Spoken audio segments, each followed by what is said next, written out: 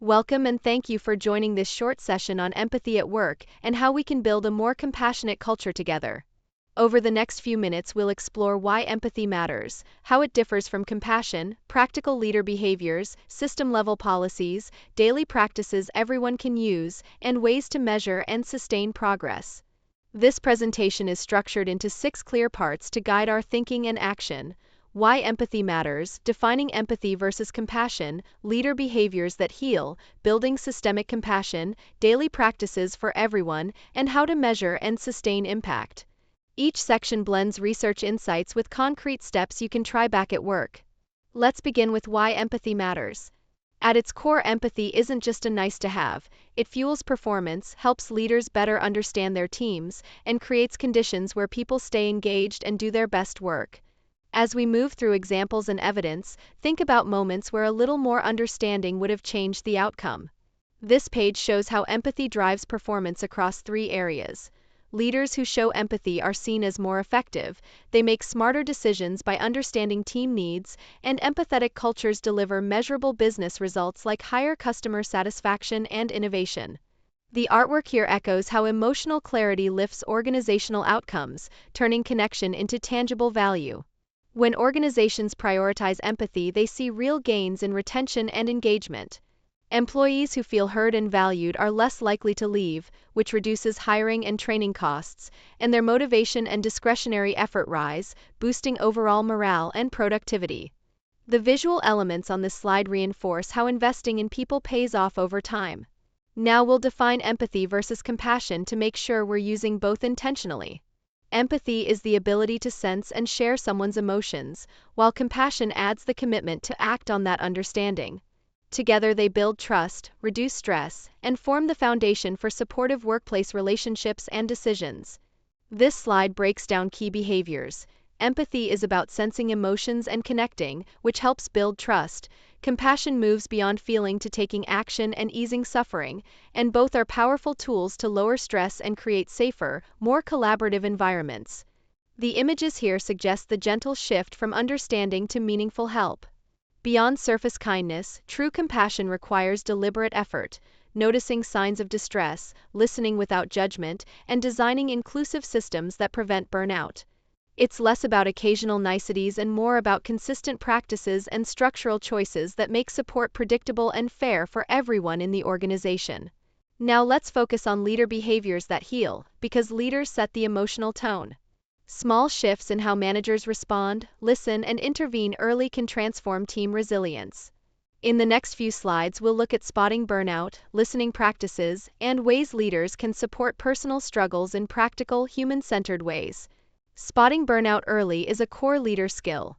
Pay attention to fatigue, missed deadlines, and withdrawal, and address these signs proactively. Leaders can offer flexible arrangements, mental health days, or temporary task shifts to help recovery. The slide's artwork underscores how noticing subtle changes early can prevent a deeper breakdown. Listen first and fix later is a simple but powerful principle. Practice active listening by maintaining eye contact, paraphrasing, and asking clarifying questions to validate emotions.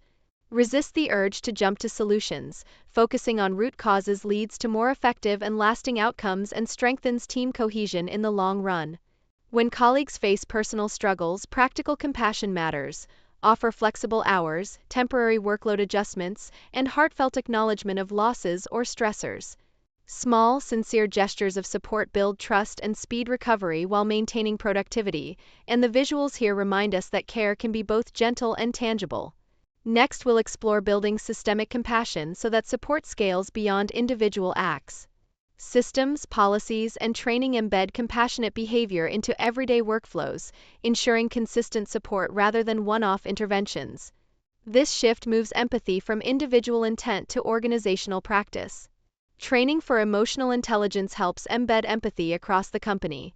Integrate empathy modules into onboarding and leadership development, use role-play and perspective-taking exercises, recognize compassionate acts in reviews, and provide ongoing learning opportunities so empathy skills grow alongside technical capabilities. Policies that show care turn good intentions into lasting change. enforce work-life boundaries like no contact after hours, provide mental health resources and employee assistance programs, create peer support circles, and institutionalize compassion so preventing burnout becomes part of how decisions are made at every level. Now let's look at daily practices everyone can adopt. Small, consistent habits make compassion part of organizational rhythm, and when everyone practices simple routines, the culture shifts. The next slides highlight micro acts of kindness and perspective-taking exercises that teams can adopt immediately. Micro acts of kindness are deceptively powerful. Greeting colleagues by name, offering help before being asked, and giving public credit for work all create a positive feedback loop. These small gestures strengthen social bonds, increase trust, and over time make compassion the cultural default rather than an exception. Perspective-taking routines help teams stay connected and inclusive. Start meetings with quick check-ins, rotate meeting chairs so different voices lead, and experiment with communication circles where each person speaks uninterrupted. These habits train people to suspend judgment and co-create solutions with broader perspective. Finally, to keep momentum, we need to measure and sustain progress. Treat compassion as a measurable element of culture by tracking relevant indicators, sharing results, and adjusting programs based on what the data shows. Consistent measurement helps keep initiatives focused and accountable over time. Track compassion KPIs with quarterly pulse surveys that measure psychological safety, turnover, and peer-nominated acts of compassion, and use that data to refine training and celebrate progress. Continuous improvement and transparent sharing of outcomes ensure empathy remains a core part of how the organization grows and learns. Thank you for exploring empathy at work with us.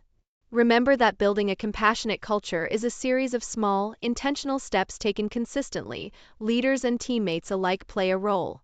Take one idea from today's presentation and try it tomorrow, then notice the difference it makes.